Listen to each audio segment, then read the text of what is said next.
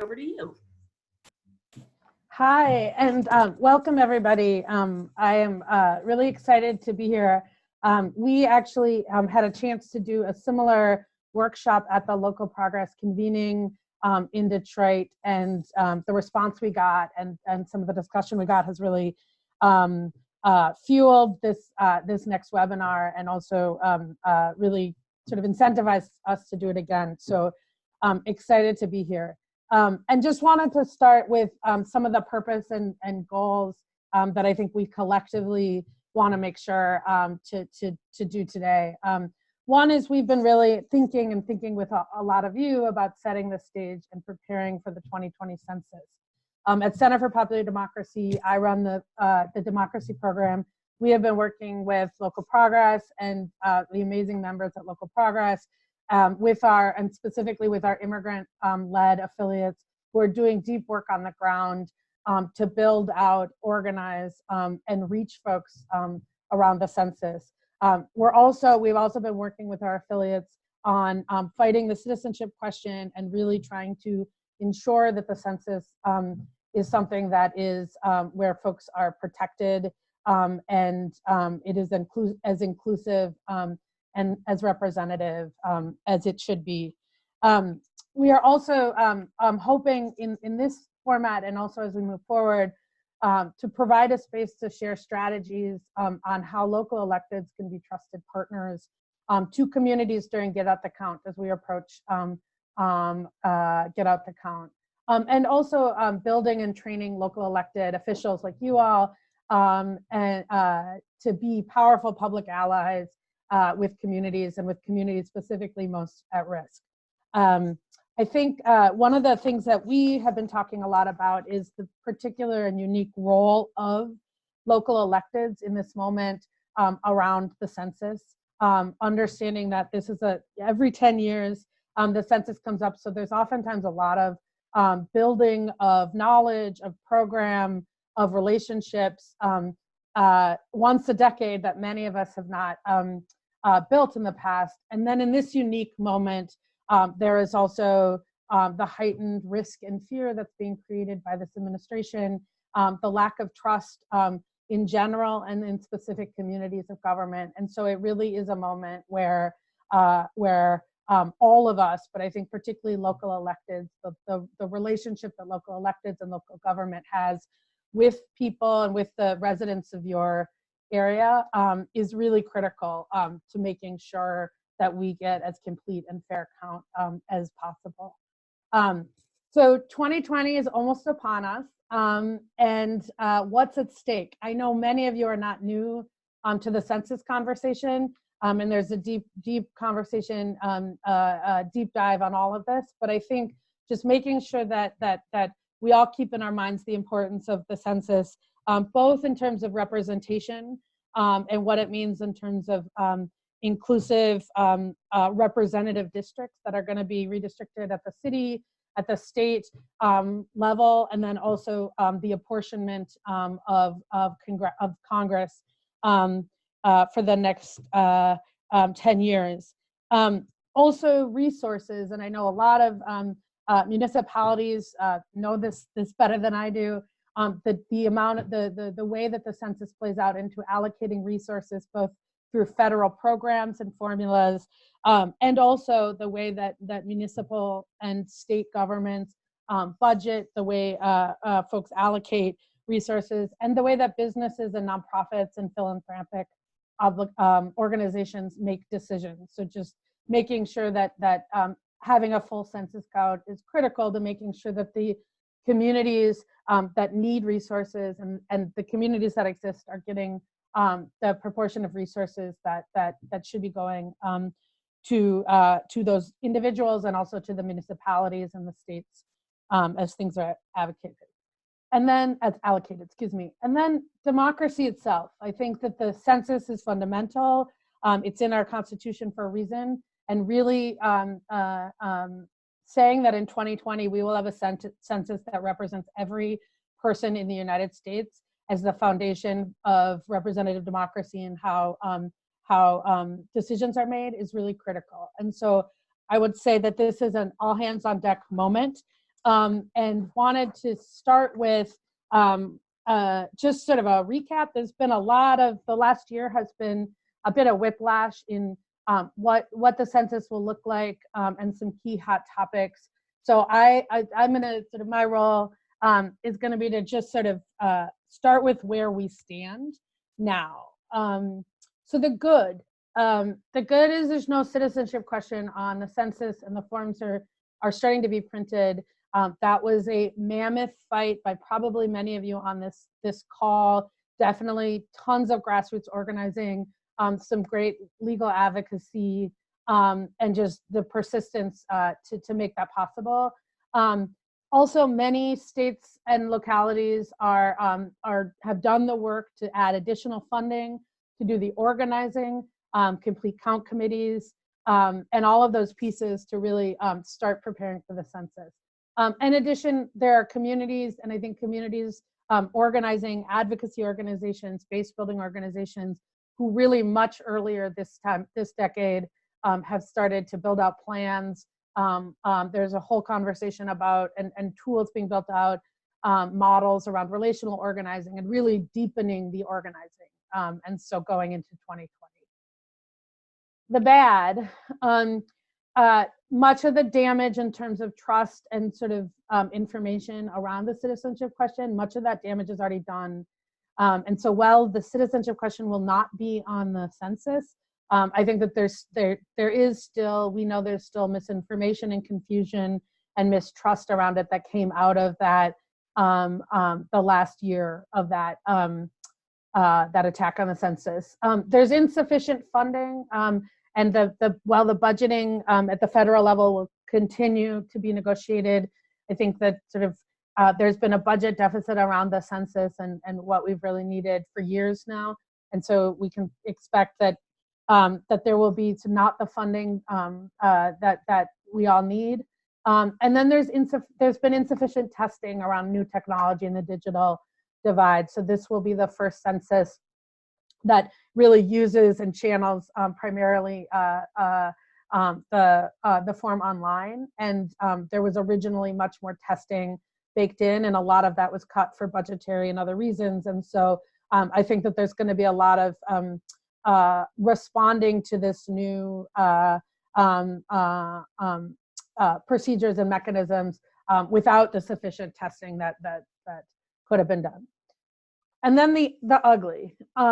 We are still in a climate of intimidation and fear, and I think that that changes, or that escalates, I'd say, every day. But what's happening at the border, what's happening with attacks on our immigration system, on both legal immigration, all of that stuff is creating a real culture of fear and intimidation and mistrust in immigrant communities and also in communities writ large. There's also the effort to collect citizenship data, although it will not be on the census. The effort to compile that information for redistricting and other purposes is ongoing. And that was what the executive order that Trump announced about 6 weeks ago now is about. The Commerce Department is collecting that information. So there's some vigilance and some continued work that needs to happen around there. But just to be clear, the citizenship question will not be on the census. So that's not how they're collecting that information. And then, like we saw in some of these documents coming out in litigation, the documents that came from Hoffel and other things, it appears that there is likely to be an active strategy to manipulate redistricting, to disadvantage non-white Hispanic populations, and for partisan ends. And so that is sort of part of the landscape that this work happens in. So that is all to say, and that's my job in this, is to really set the framework for the conversation we're going to have with both Councilwoman Mosqueda and with Leo, really digging into what cities and counties, what municipalities can do to get ready for maximize the effectiveness and make a successful census for your residents, the residents in your communities, using all the levers of power, what that timeline looks like, and how folks can strategize together to reach hard to count communities. And then turning it over to Leo, who runs Make the Road Nevada, to really dig into what it looks like and what immigrant-led base building organizations are doing, how this work is starting to be built in communities, and what specifically those organizations and organizations working in hard to count communities, what kinds of relationships and support they need with local electeds and local government. So I'm going to turn it over to Councilwoman Teresa Mosqueda from Seattle, Washington, and I think you all have your slides to share, so you can take over the PowerPoint. I'm going to stop sharing.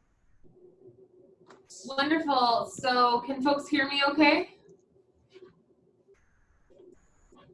And can you see the presentation? It's coming up. And it's almost. Okay. Tell me when, Tarsi. I will tell you when. All right. Great. Well, thank you all. Thank you all for the opportunity to participate with you via Skype. And I want to say it's great to be back with Tarsi, who's our fearless leader at Local Progress, and Emma and Leo, who we had the chance to present with when we were in Detroit. I'm also joined by Elsa Batres-Bonit. She's the City of Seattle Census Strategic Advisor. But maybe more important than that is that she's been heavily involved in community organizing and building trust with the community in her roles outside of City Hall in previous years. She helped to lead a coordinated effort with our community partners in 2010 and is back within the halls of City Hall to try to really make the case about why it's important. And let me just set a little bit of context for why it's important and sort of the context in which Elsa and I and the task force are working to address the questions that have come up around census this year. Number one, we all, I think, are familiar with some of the ways in which Seattle has been on the map. We've been on the map for the first city to raise the minimum wage to $15 an hour. We've been on the map for sick leave and family leave. We're on the map now for domestic workers' bill of rights. But something else that I think many of you in Local Progress are familiar with, we're also on the map because we have now become the largest company town in all of the United States because of Amazon's presence. We're on the map now because of our historic and unprecedented growth in the city of Seattle and our region. As you can see from the headlines, there's over 1,000 people who are moving to this region a week. And that means that more and more people are getting displaced out of Seattle into our regional cities and into our counties, and we have an opportunity to respond. We have seen repeatedly that this type of population growth has created a situation in which the middle income and low income populations have been pushed down to the south, up to the north, and out of our city. In fact, we have seen population growth and the cost of living increase, create a situation where the cost of living has increased by record numbers, 40% change in the cost of living since 2012, when Amazon really consolidated its headquarters here. You can see over the last almost 20, 30 years that the population that was historically earning lower wages below $50,000 a year have increasingly been pushed into South Seattle and then even further into our counties. So you can see the Seattle area there. And that's important as we create programs that are intended to target and serve and provide services to multilingual families, to communities of color, to our aging population, to working families and retirees. We need to know who is in our city and who is in our region. And this population change in the area has really made dramatic increases in terms of the, I think, needs in the region that we must be coordinated with other municipalities. So part of our conversation here today is how can we together within the city of Seattle and our King County partners do a really good job of doing outreach and building trust with communities that you know are historically underserved. We have talked a little bit already by way of introduction. Emma sort of outlined some of the concerns that we hear from community and some of the issues that we've been facing on a daily basis, we know that there's general fear of the Trump administration because he and his administration have intentionally been targeting people who are immigrants, who are people of color, who are women in our healthcare, who are members of the LGBTQ community, who are, you know, basically the very people that we know are also the hardest to count. We know that they have engaged in this conversation around whether or not to add a citizenship question to the census questionnaire with the intent to try to drive fewer people to fill out the survey. And when 1 in 5 Seattle residents is foreign born, it matters to us that we get the narrative right and that we build trust with the community. As you just heard from Emma, we know that the citizenship question is not going to be on the survey itself, but in many ways the damage is done. So our job is to make sure that we have trusted community partners that are going out there to undo that damage and just really try to rebuild the trust with the community. Also, we know that especially because of the population dynamic changes in a city like Seattle, we have an obligation, a responsibility to make sure that we're truly reaching out and counting everybody, but more importantly, not just sending the message that everyone must be counted, because that's also fear-inducing, but trying to build a system in which we build trust with everyone so people do feel like they want to be included and talk about the importance of that inclusion. One of the things that we have done is to try to start early. We've really tried to build a system where we have gotten messages out as early as possible. I think, Elsa, you came on board early last year. We ran a resolution in our Seattle City Hall. We went to National League of Cities. We've been part of the local progress convenings to, in every way possible, raise the issues that we've been addressing here and learn from others. So what you can see from this timeline is we raised the issue early, and also at the same time, we're continuing to engage and trying to get the message out. There's so many programs and services that are dependent upon federal dollars. Think about programs like Medicaid, SNAP, School Lunch Program, Women, Infants, and Children, the WIC program, CHIP, or our state's SCHIP program for healthcare for kiddos who are just over the Medicaid eligibility line, and all of the organizations who serve these individuals. You know, Washington State got $14 billion, that's $14 billion dollars in the 2007 year to serve individuals. That's about $2,000 per person. And the city of Seattle got just about $82 million based on the population that we knew to be existing within our borders. If we don't do a good job of getting information out to our community partners and those who are the hardest to count, we run the risk of not having enough dollars from the federal government to really serve the people that public government is intended to serve, that public policy is intending to serve.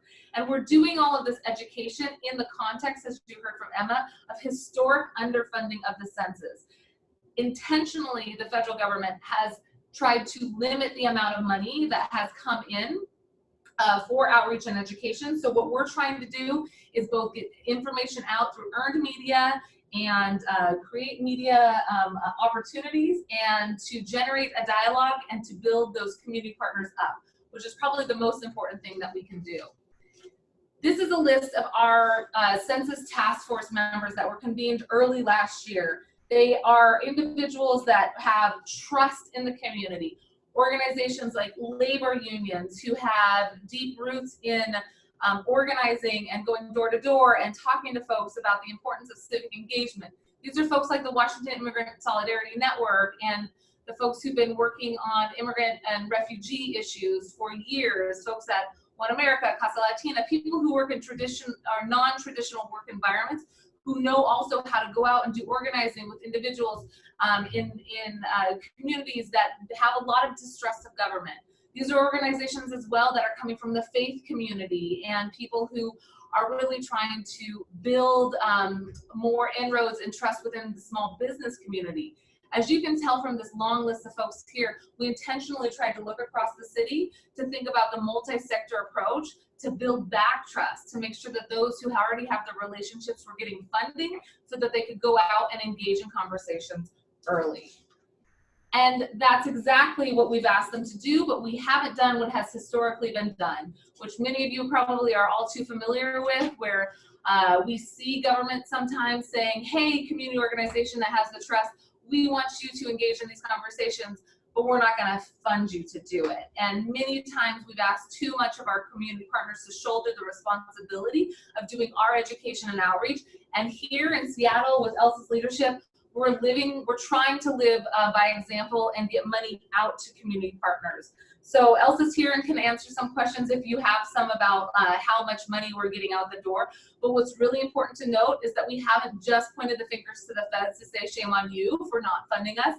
We advocated through a large coalition to get $15 million in state general fund. And I know not every state's in the same situation, but what's important to note about that is the vast majority of those $15 million, I believe around 13 million total, is going to go out to community organizations. A very small amount is going to be saved at the state level for administrative work to make sure that the state is doing the outreach, education, creating materials, and coordinating for community partners so that they have technical assistance. And something that's really important that Elsa has talked about in the past with our city partners is we are holding on to a small portion of that state dollars because we don't know what the next attack will be from the federal government. As you just heard Emma talk about the ways in which kind of the public narrative is continuing to come back to the census, and the gerrymandering questions and the citizenship issue comes up, and a lot of folks aren't going to distinguish that conversation from the door-to-door conversations or the phone and online conversations that we have to have with community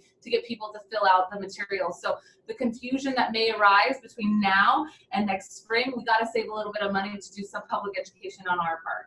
You see that $1.5 million has been allocated in local funding. That's an equal split of city funds at $500,000, of county funds at $500,000, and philanthropic organization at $500,000.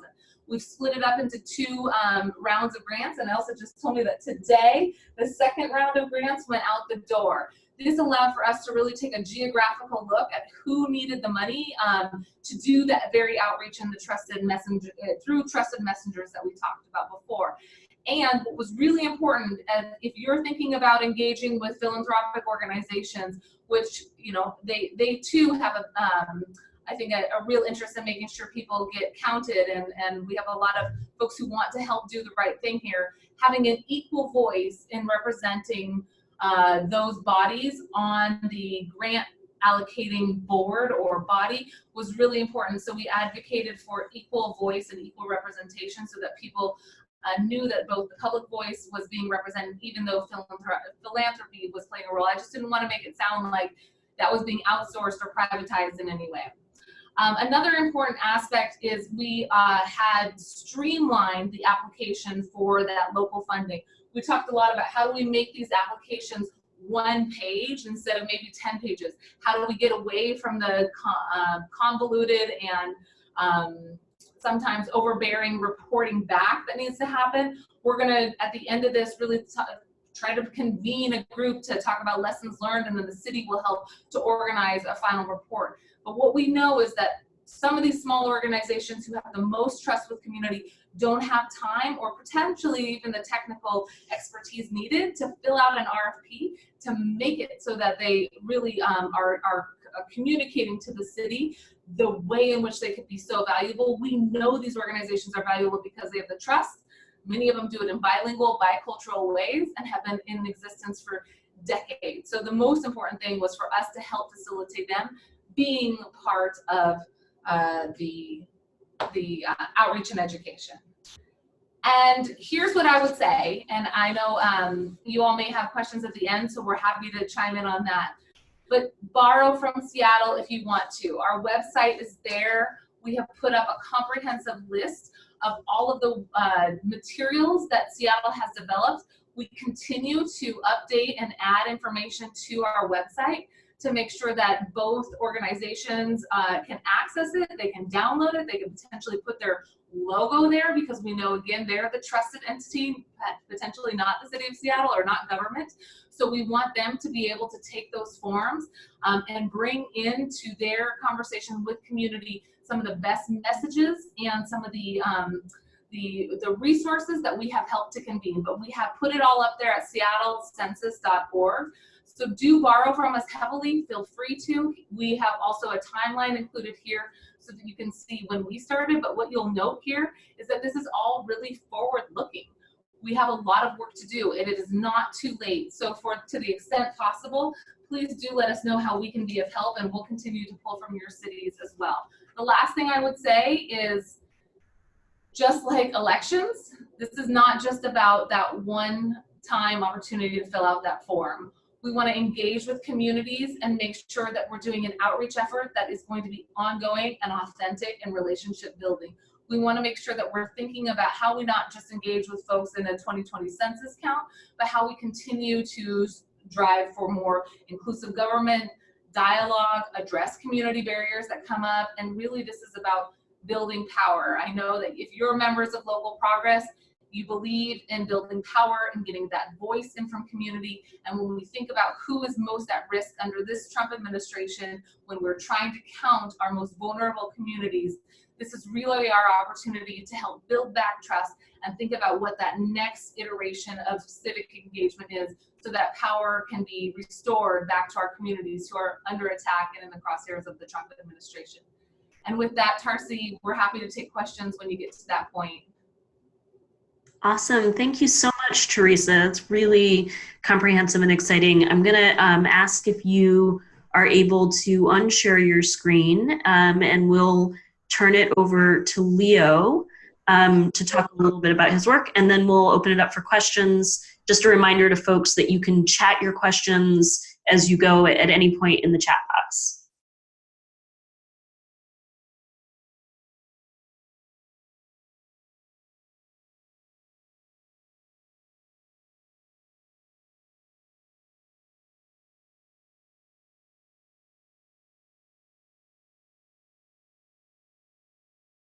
My cue.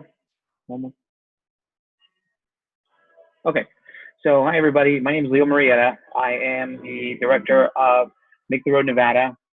Here in Southern Nevada, we work with Latinx, immigrants, working class families. We focus on leadership development, community organizing, and we work in a lot of key issues: worker justice, economic justice, housing justice, and the like.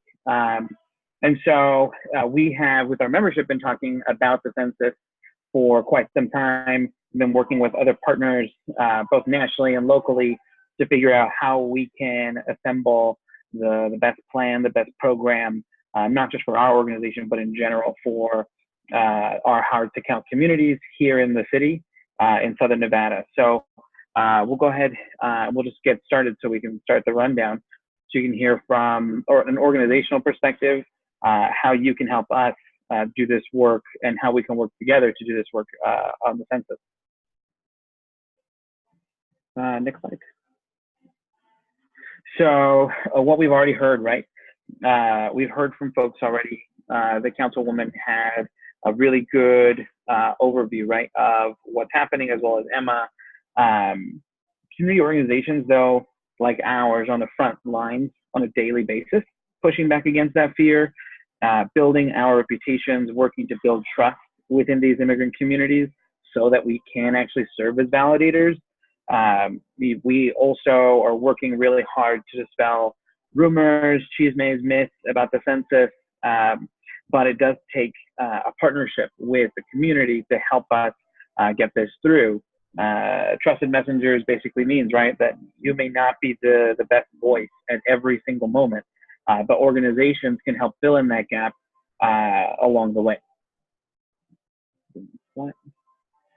So one of the things that folks need to understand is one of the questions might be like, why are people scared of the census? And it takes more to realize than just their immigration status. There's not just a fear of the government, but there's a fear of government buildings, there's a fear of government agencies, government processes. The fear of deportation is real all across our country, no matter how small your town is or how big your city is. The fear of government and the fear of deportation is intrinsic throughout society for undocumented people. And so convincing people to convincing people to work through their fear takes trust and it takes time. And understanding the census requires more of a civics 101, or 201 type of conversation, just to explain to people exactly, right? Like we want people to make informed decisions. So it does require a little bit more effort to explain to people why this matters. And also we have to have what we're doing and how other immigrant organizations are working to prepare is they're having really transparent and thorough education that's both culturally relevant, language appropriate. These are the best ways to engage in communities. It's as easy as translating your presentation into Spanish, but yet don't ever use Google Translate, pretty please. But we have to do actual work as organizations to lay down the foundation as we head into this work on the census. Next slide. So for us as organizations, working on this issue and engaging our community isn't a one and done type of scenario. This isn't, an election cycle. This is a year-round effort that really takes energy, it takes time, it takes talent. And for those of you elected officials, right, on this call and on this webinar, think of how many times you had to knock on someone's door or call or text them before they got motivated to actually turn out to vote. And when we're talking about building trust and having people push through their discomfort and distrust of government to have conversations about the census, think about repeating that process it took you to turn out your voters about 18 times. It takes a lot of one-on-one discussions, a lot of group settings, a lot of demystification. But like elections, getting out the count takes multiple touches. And each time we have to figure out how we can provide more in-depth communication, both so we can fight misinformation that's out there, which there is a lot, and there's always going to be a lot, but also to build that trust so that people can know that when they have questions and want real answers, they can come to organizations like mine or others like in your communities as well. Next slide. So kind of keeping going, some of the things that organizations like mine do, we have our one-on-one conversations, similar, right, to campaigning, but we do one-on-one conversations, interactions. We also do group listening sessions to listen to concerns, we calm fears, and hear honest feedback. Because sometimes when we go into spaces, we have really great intentions, but we listen to the people who are directly impacted, the people with the fear, as far as how they want to learn, how they want to hear about this information. We also do large-scale community educational events, whether that's renting out a community center, a library, a church. We try to make sure that there are spaces where the community feels safe, that they can come to. And also when you aren't, as an elected official, hosting a community town hall, you can definitely probably find a community organization that's hosting one of varying size to make sure that people are aware of what's going on. And in these types of efforts, we're also making sure, first and foremost, that being culturally and language appropriate through digital engagement as well is layered in. And again, right, like don't use Google Translate. Find someone, find a consultant, find a vendor who can adequately speak to your population in the languages you want. Google will not do that for you. That goes into, right, materials that people can actually understand, more so than taking big government, talking points and messaging. Sometimes the messaging and toolkits that you'll grab from other organizations can be a little wonky and can be a little policy heavy. And so it's important to realize, who are you trying to talk to, and at what level do you want a conversation to actually thrive? So thinking about the materials that people can understand are very important. And just when you thought that you were done, you just got to do it all over again, rinse and repeat. So, engaging these folks is not easy, but it is, asking yourself, right, like why is the census actually important to immigrant communities? And, why is the fear real? Is that just like everybody else, we live in this 24/7 news cycle, and nobody can escape what's happening in the White House and the hateful rhetoric that comes from that guy. And the only immigrants Trump seems to like are either his wife or other immigrants who might look like him, which is unfortunate. And it's a reality that people of color face on a daily basis. You've got threats of mass deportation, raids. We've got babies in cages at the border. We've got murders in prison by the state, really. And all these threats have rocked our immigrant community. And all these things make immigrants less than excited about filling out the census for the government. So it's really no surprise, right? It's good to know that there is fear, but to actually understand some of the fear as to why this fear exists is more than just filling out this census. Next slide. So one of the real ways that we're trying to ask people about their attitudes towards the census, it's important to ask real people. They're busy living their lives, and focusing on the census is not necessarily on their list of priorities, right? We're talking about a community that is just like most people, right? Working their jobs, raising their kids, trying to find ways to pay the bills. And so coming at them with the census right away may not be, that's why you got to build trust to build conversation. There is actually a real fear that filling out the census will put you on the government's radar for deportation.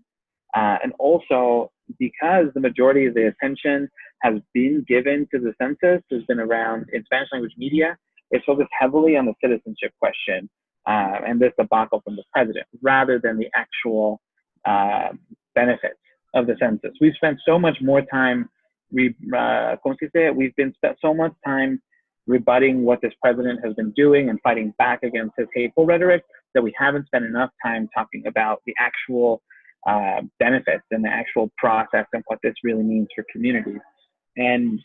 But when you do explain the resources for schools and local communities, people do understand that, but getting to that point of understanding takes time. Next slide. And so as a community organization, asking folks in your position, right, like how can you support community orgs like mine who are doing this important work? And as elected officials, you lending your voice to community organizations in your area, that can lend organizations like mine a key validator with the platform to deliver this important message about the census. So you do have a lot of power and privilege that you can lend to the community to uplift their voices and uplift their concerns and help to ease them as well. And no, you don't actually have to know everything there is to know about the census. You just have to be willing to help community organizations continue having conversations with the public. So that's basically right. Like, think of all the ways as an elected official you have the ability to engage and open your mouth and have people listen. Lending that credibility and that power to others is an amazing way to offer it and build relationships that can go deep into your community. And again, like, press conferences are nice, but how about media partnerships between your office, Spanish language media, and community organizations in your area? So rather than coming to the table asking for interviews, you can come to the table to Spanish language media with a community partner and build collaborative PSAs that will get not only the right information out there, but also show the community who the real trusted validators are. And that'll be both the community organizations that you partner with, as well as yourself and your office. So these are all helpful, right, to help you build a base and build your own, level of support in your own community. Next. And yes, you are very important to how organizations go about doing the work, but you're not always the best messenger. And it's important to build relationships with community organizations so that you can work together to trust the process and actually build a strong partnership that transcends just this one issue and just this one campaign. And being a good ally to immigrant communities means willing to stand with us and throw down with us when the times are tough, so that we can all celebrate the good times together. So for those of you who sent out positive and supportive messages during tragedies, it's about a little bit more than that. It's about building partnerships, standing in spaces with people side by side, and finding out where those spaces are and building bridges, building relationships. And also, you have a really strong opportunity to fight for resources, as the councilwoman has spoken, to directly go to community organizations that do the advocacy, they do the outreach, rather than just charity casework. basically the feel-good charities, right? There are service providers who do strong work, but they don't necessarily, on their first bat, know how to organize or mobilize. They have a strong role to play as service providers, but advocacy and outreach organizations are the ones who can mobilize a base, mobilize people. So they're ones that you should keep an eye out and keep looking for. Next. So one of the things that you might be asking is like, well, how do I do any of this? How do I start using my position to start bringing in this messaging and building partnerships? And one of the key ways that I would actually look at it is consider scheduling editorial board meetings with media outlets in partnership with a community organization who reaches directly impacted populations. So if you can think in your community, who does this type of work, set up a meeting and start talking to them about how you can work together. This will both give you street cred with the community org as well as the media, because they can see you as someone who's very well connected. And even though I just said don't always do press conferences, yes, you should still do press conferences, but do them with us. Do it in partnership. Allow ordinary people to speak and use their own power on your platform. And that will help mutually the community as well. Also, you should consider convening roundtables with other elected and community orgs in your area who are likely going to be doing the brunt of the census work to uplift that work. So that way you can talk to your peers, your colleagues about who is on the ground actually moving this issue forward and helping to build power, not just for the community, but also for our movement, right, of justice. So you can show your colleagues that you have a base while also building up the credibility of good organizations in your area. So it's win-win for everybody. And also, while they don't keep me off of the Zoom, many of your communities, law enforcement, they partner and they collude with immigration and customs enforcement.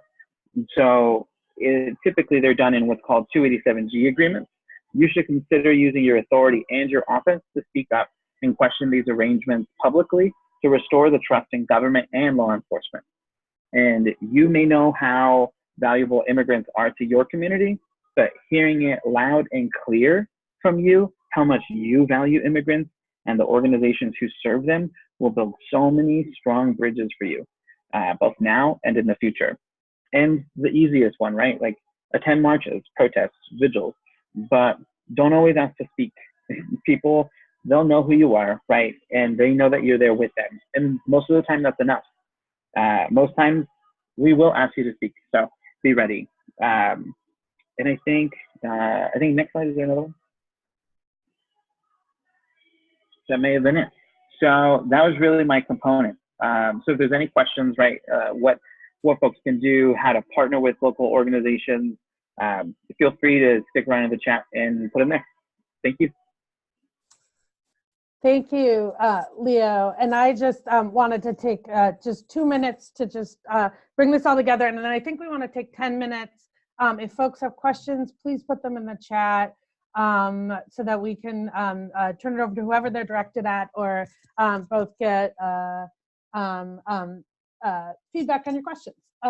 So just to I think wrap up and summarize, I think what we heard from both Councilwoman Mosqueda and from Leo and from I, use the local authority you have in the various ways you have it. Use your budgeting authority, use your opportunity to convene, use your relationships with both community organizations and other levels of government. Be an ally to organizations and vulnerable communities. Work in relationship with those communities, and do start at the beginning, do planning and engagement and support now, as opposed to just waiting until get out the count. And use your voice. That's, I think, both as an ally and a supporter, and when you have a platform to do that. I also just wanted to, before moving on, just give a few resources and next steps, and then open it up for questions. So we did a webinar that many of you might have been a part of or heard on local budgeting, how to use your local budget, how to create some numbers in order to allocate resources in your budget. And we put up a link to, we both did a webinar, which we recorded, as well as a toolkit that's really geared towards helping you make the case and also get the right number to use your local budget in the same way that I think Seattle has done and many other states or cities and counties have done. Also putting up some resources on the Census Counts, which is a national campaign. The Leadership Conference is really leading it, but many, many organizations at the state and national level are part of it. They actually have some great resources and are accumulating all the resources, but I just wanted to call out two, which are two sets of webinar and sort of user-friendly information pieces around digital organizing and using digital tools. And then just to say also, we are, this is one in a series of webinars. The next piece we're really thinking about building out and would love, as you're thinking about what you need and your feedback, is really thinking about how to use all the ways that the planning and preparation you're doing to really be ready for 2020 and get out the count specifically. So we would love to know, both either in your questions or through Tarsi and others of the Local Progress team, sort of what in additional information and resources will be helpful, approaches to sharing with your peers, who at the city and county level, what do you want to share of the work you're doing, and also what would be helpful to get some peer feedback for, and any strategizing as we approach 2020, get out the count. So with that, I think I'm going to turn it over to Tarsi to, I think you might be getting some of the questions if there are any yet. Please give us your questions. We would love to answer them. Yeah, absolutely. So as I mentioned, folks can go ahead and chat, or you can text me at 413-822-1051.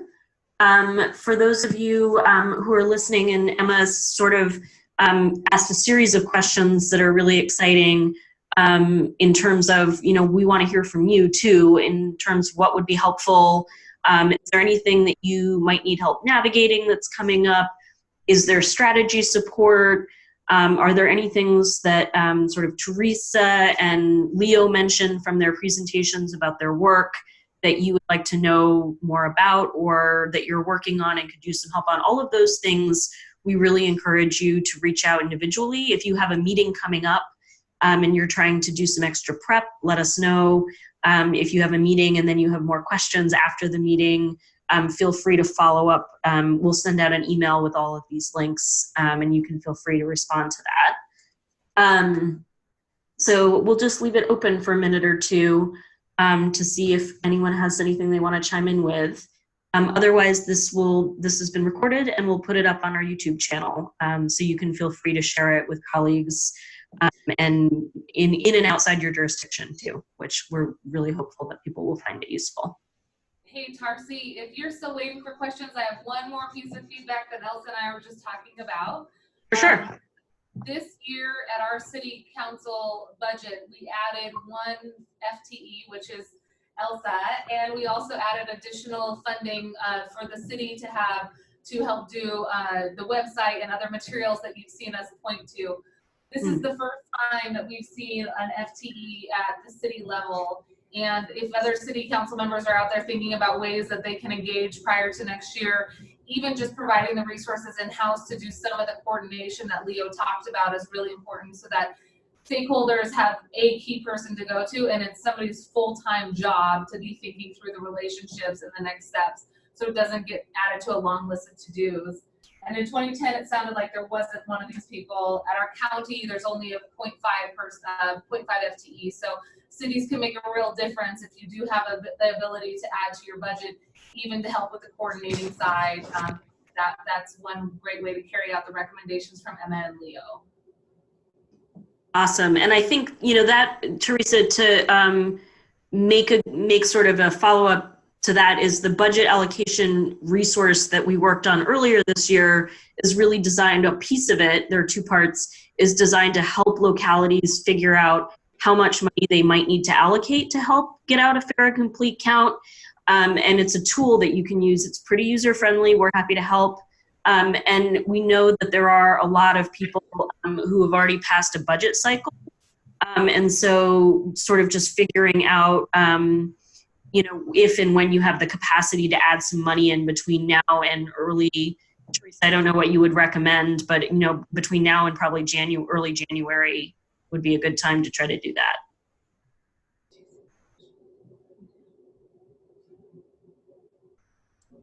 Emma, you had an answer to a question, I think, that just came in So here. I actually have a question that got raised. I think that I'd love to hear both from you, Teresa, and Leo, on that got raised actually at the workshop that we did in Detroit, was the relationship with sort of in both the complete count and the relationship with law enforcement, and how if you sort of as a city, how that's playing out, given that there's some in communities, both there's some trepidation about law enforcement. So after Local Progress, we came back and had a chance to talk to Elsa about that very question. We know that a lot of people are getting targeted just by the color of their skin. We didn't want our folks who are helping to do the census count, and they were calling and say, oh, this guy keeps coming to the door, and have somebody target him or her with a potential threat of the police showing up. So it is something that we had a chance to pass on in terms of better coordination with the police department and getting information out. Elsa, did you have anything that? Just to say that we're actually training Seattle police departments and other departments on census and what's at stake. So it's part of our work plan with all departments in the city, so they understand what's happening. Because a lot of the times, even people within our city just don't really know that it's happening, and so having them know details and know that it's led by our own elected officials, and we know it's important. So that takes work and a lot of training and conversations, and treat our department people as community as well, because we are part of the community too.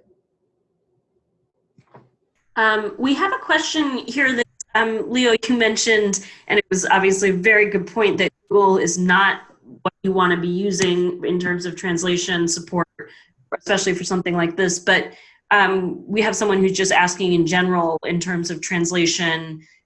Is there a particularly good resource that might be able to help translate messaging around any, I guess, public policy work? Yeah, so that's a great question. And actually, I can make that as my homework to get back to you, because I know my state, right? And I have a vendor who does this kind of work in a few states, but I feel like it's more than that. So something that's more universal, that more of the local progress members can gain access to. I can definitely do some homework on that and get back to you, so that way our folks in the network can have as much information as possible. That would be super wonderful. Thank you, Leo. We really appreciate it. Tarsi, Elsa has a great suggestion as well from Seattle. So one thing we've created a toolkit that all our departments can use. We're happy to share it with people. It has basic information that community has reviewed, and like you're all saying, it's important that it has logo and it comes from the trusted members, but the message is pretty much the same. And so we've put it in different languages, basic information that people then can add their own voices to it, and we're happy to share that. Yeah, that would be great if you could send that over. I can include it in the follow-up email to the folks who've registered for this webinar. And just to sort of re-up, and I think probably close this out because it looks like we're approaching it on the minute. I think that it's another, both sort of making sure that the materials are in the right culturally, both the language and culturally specific.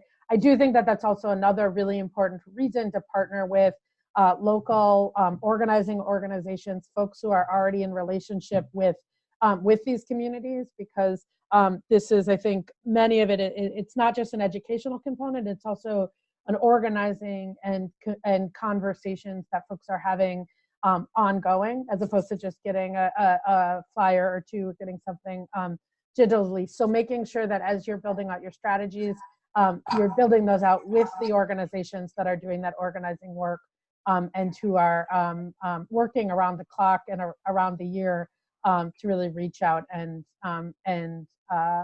build bases in communities. Awesome. Well, thank you everyone so much. Councilmember Mosqueda, Leo, Emma, thank you all for sharing your knowledge and having us document it so we can share it around more broadly. And if anyone has anything after this webinar or after you've listened to the recording that you'd like to talk about in more detail, please go ahead and reach out to Local Progress and CPD staff, and we'll be glad to help you out.